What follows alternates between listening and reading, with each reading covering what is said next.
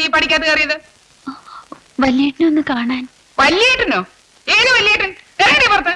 എന്താ അമ്മേ? ഒരുത്തി വല്യേട്ടനെ കാണാൻ വന്നിരിക്കുന്നു. വല്ല കൂടോത്രം കുടിച്ചിടാൻ പറഞ്ഞു വിട്ടോ മറ്റോ ആയിരിക്കും. ആരാടി നിന്നെ പറഞ്ഞു വിട്ടത്? ആരും പറഞ്ഞു വിട്ടതല്ല. പിന്നെ ഞാനൊരു കാര്യം പറയാൻ വന്നതാ. ഇവിടെ ആർക്കും നിന്റെ ഒരു കാര്യവും കേൾക്കണ്ട. വള്ളക്കണ്ണീരും കൊണ്ട് വന്നിരിക്കുന്നു. പിടിച്ച് പുറത്തല്ലണ അവളെ. പുറത്തിറങ്ങടി. ഒരക്ഷരം വേണ്ടി പോരുത്. അറിയൂ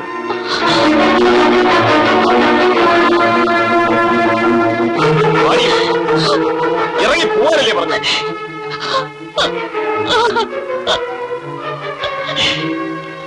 എന്താ മോളെ കാര്യം? വലിയേട്ടൻ വെറുതെ ദേഷ്യം കാണിച്ച, ഇല്ലെങ്കിൽ നിന്നോട് സംസാരിക്കാൻ അമ്മ സമ്മതിക്കില്ല. നീ എന്ത് പറയാനാ വന്നത്?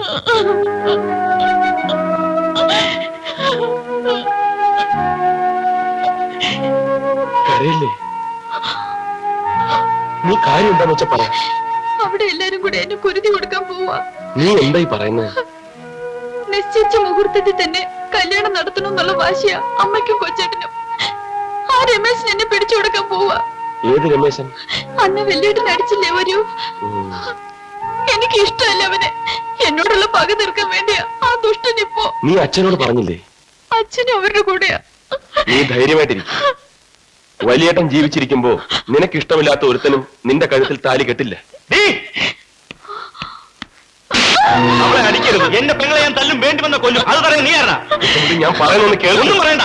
അമ്മയ്ക്ക് മോനിപ്പോ തൃപ്തിയായില്ലേ? പക്ഷേ ഇവള് മുടക്കാച്ചരക്കായി വീട്ടിൽ ഇരിക്കുമെന്ന് നിങ്ങൾ കരുതണ്ട. നിശ്ചയിച്ച മുഹൂർത്തത്തിൽ തന്നെ ഇവിടെ കല്യാണം നടത്തും. അവൾക്ക് ഇഷ്ടമില്ലാത്ത കല്യാണം നടത്താൻ ഞാൻ സമ്മതിക്കില്ല. ഇവൾക്ക് ഇഷ്ടമാണോ ഇല്ലയോ എന്ന് ഞങ്ങൾ തീരുമാനിച്ചോളാം. വരി.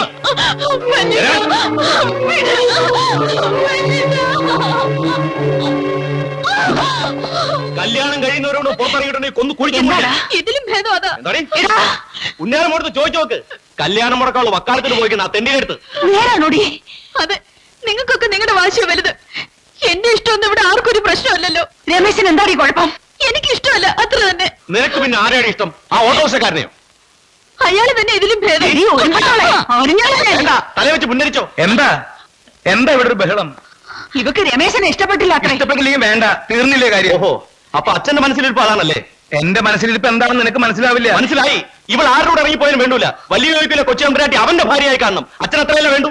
എങ്കിലും അച്ഛൻ കണ്ടോ, എന്റെ പെങ്ങളുടെ കല്യാണം മുടക്കിട്ട് ഒരുത്തനും ഒരു കൊച്ചിയമ്പരാട്ടി എടുത്തും താലി കെട്ടാൻ പോടില്ല.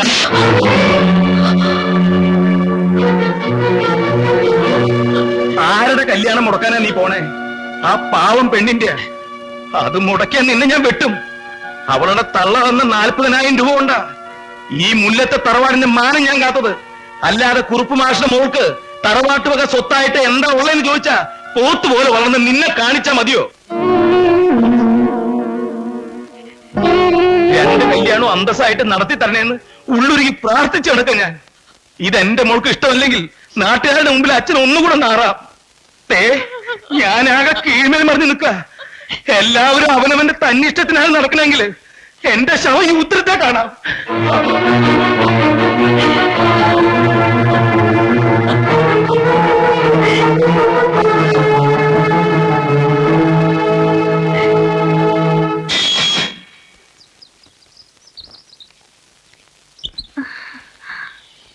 അമ്മേ, ഇതാ മുല്ലത്തെ കൃഷ്ണൻകുട്ടി വന്നിരിക്കണോ?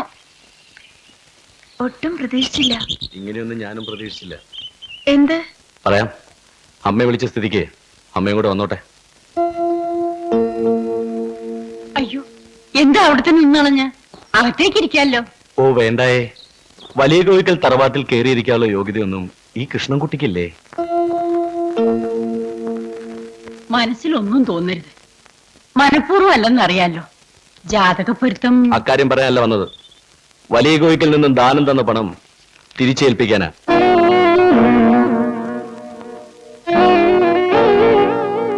ഇത് വാങ്ങണം. സത്യം പറഞ്ഞ ഈ പണം അമ്മുക്കുട്ടിക്ക് അർഹതപ്പെട്ടു തന്നെയാ. വേണ്ട, അവളെ എന്റെ പെങ്ങളാ. എനിക്കില്ലാത്തൊരു അർഹത അവക്കും വേണ്ട. ഇതാ, ഇല്ലെങ്കിൽ എനിക്കിതിവിടെ എറിഞ്ഞിട്ട് പോണ്ടി വരും. അങ്ങനെ നിർബന്ധമാണെങ്കിൽ ഇത് അറിയേണ്ടത് ഇവിടെയല്ല, മുല്ലേത്ത തറവാട്ടിൽ തന്നെയാ. അമ്മുക്കുട്ടിയുടെ മംഗല്യം ഉറപ്പിക്കാൻ കുറുപ്പ് മാസ്റ്റർ വിഷമിക്കുന്ന കണ്ടപ്പോ മാധവൻകുട്ടിയായത് ഞങ്ങളെ ഏൽപ്പിച്ചത്. മാധവൻകുട്ടി പറഞ്ഞിട്ടാ ഞാൻ.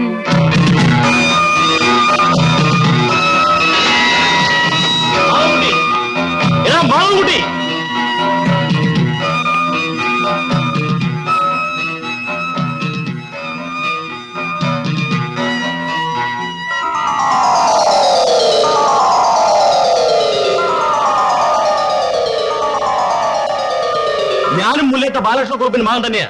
ഞാൻ ജീവിച്ചിരിക്കുമ്പോ എന്റെ പെങ്ങളുടെ കല്യാണം നടത്താൻ ഒരുത്തന്റെ അവതാരം എനിക്ക് ആവശ്യമില്ല.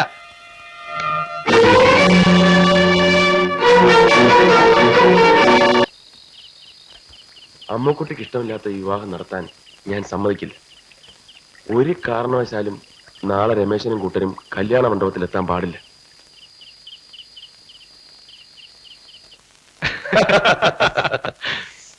എന്തായാലും എന്താ, തനിക്ക് സദ്യ ഉണ്ടാ പോരെ? എന്താടേ ഇത്? പേടിച്ചു പോയല്ലോ. അതങ്കുട്ടി, റോഡിൽ അവന്മാരെ ഞങ്ങൾ തടഞ്ഞു. അവര് കാർ തിരിച്ചു വിട്ടു. പൊക്കാണിപ്പാടം വഴി പോകാനാണ് പ്ലാൻ. ആര്? മതകുട്ടി എന്ത് ചെയ്യാൻ പോവാ? ഒന്നല്ലേ നിൽക്കാൻ പറഞ്ഞത്? മതകുട്ടി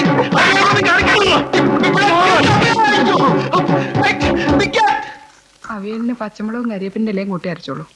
ദേ മാധവൻകുട്ടി വാക്കത്തെയും കൊണ്ട് ഓടുന്നു. ഭഗവതി, മതകുട്ടി നിൽക്കാനാ പറഞ്ഞത്.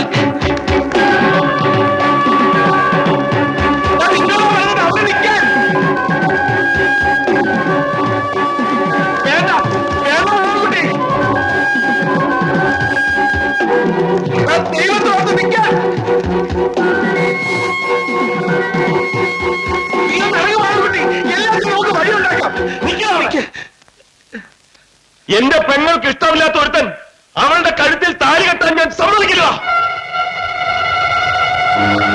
ഒരടി നീ മുന്നോട്ട് വെച്ചാൽ നിന്റെ തലയിൽ പാടത്ത് കിടന്ന് ഉരുളും. മുല്ലേത്ത മാധവൻ കുട്ടിയാ പറയുന്നത്. തിരിച്ചു വയ്ക്കോ? വേണ്ട മറുപടി വേണ്ട വേണ്ട വേണ്ട. ഞാൻ പറയുന്നത്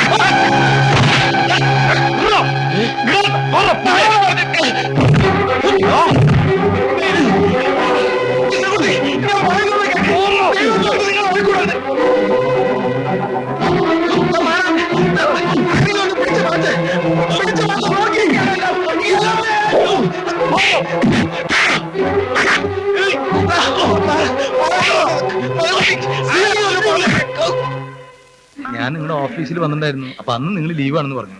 അപ്പൊ പിന്നെ നിങ്ങളുടെ സൂപ്രണ്ടിനെ കണ്ടു, അത് കൊടുത്തു. അല്ല, ഈ പച്ച ആനക്കൊമ്പ് എന്തിനാ? പച്ച ആനക്കൊമ്പ കൊണ്ടുപോയി വെക്കടോ. മാഷേ മാഷേ, മാധവൻകുട്ടി കൃഷിക്കുട്ടി പാർത്ത് അടി കൊടുന്നു. വെട്ടിച്ചാവൂന്നാ തോന്നണേ. ഇന്റെ അള്ളാ, നീ എങ്ങനെ സമാധാനപ്പെടാൻ കുട്ടി?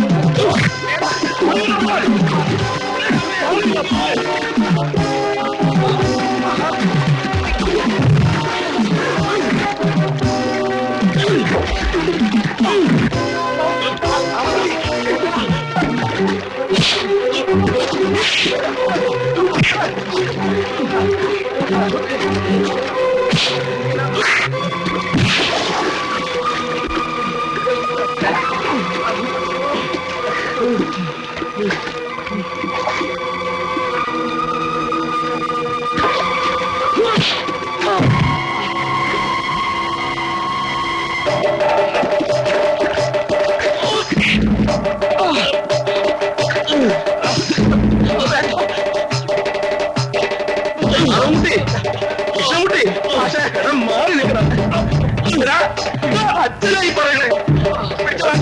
തമ്മിൽ തമ്മിൽ വെട്ടി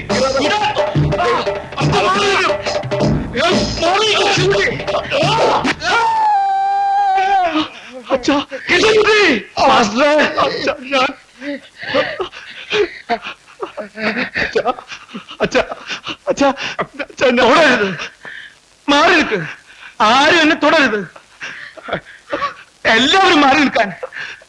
നിങ്ങൾക്ക് സമാധാനായില്ലേ?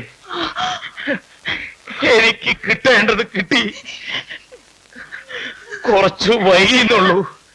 നേർച്ചയും കാഴ്ചയും വെച്ച് കുറുപ്പ് മാഷക്കുണ്ടായ മക്കളുടെ വെട്ടുകൊണ്ട് കുറുപ്പ് മാഷ് ഈ പാടത്ത് കിടന്ന് ചോര ഒഴുകി മരിച്ചെന്ന് നാളെ ഈ നാട്ടുകാർ പറയട്ടെ. അങ്ങനെ കുറുപ്പ് മാഷിന്റെ മക്കളുടെ മഹാത്മ്യം ഈ നാട്ടുകാർ അറിയട്ടെ, എല്ലാവരും അറിയട്ടെ.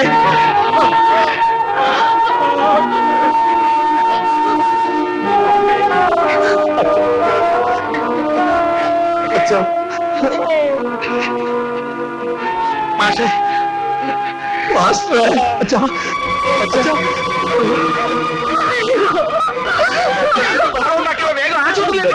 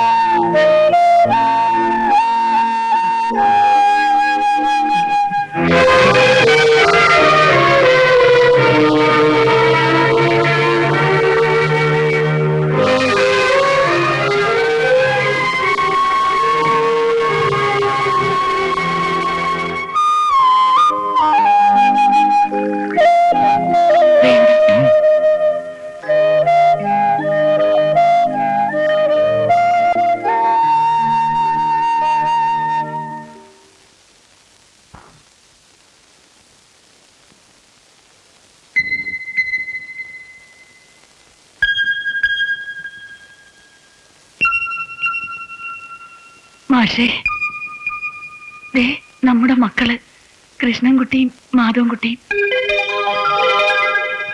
ദേ നമ്മുടെ മോള് അമ്മു, സരസ്വതി.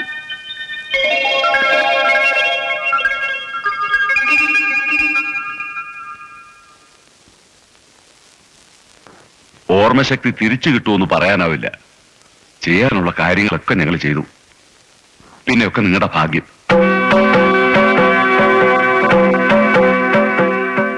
മാഷ് ഇനിയും ഇങ്ങനെ തന്നെ ആയാൽ മതിയോ? നമുക്ക് നമ്മുടെ ആ പഴയ കുറുപ്പ് മാഷെ തിരിച്ചു കിട്ടണ്ടേ?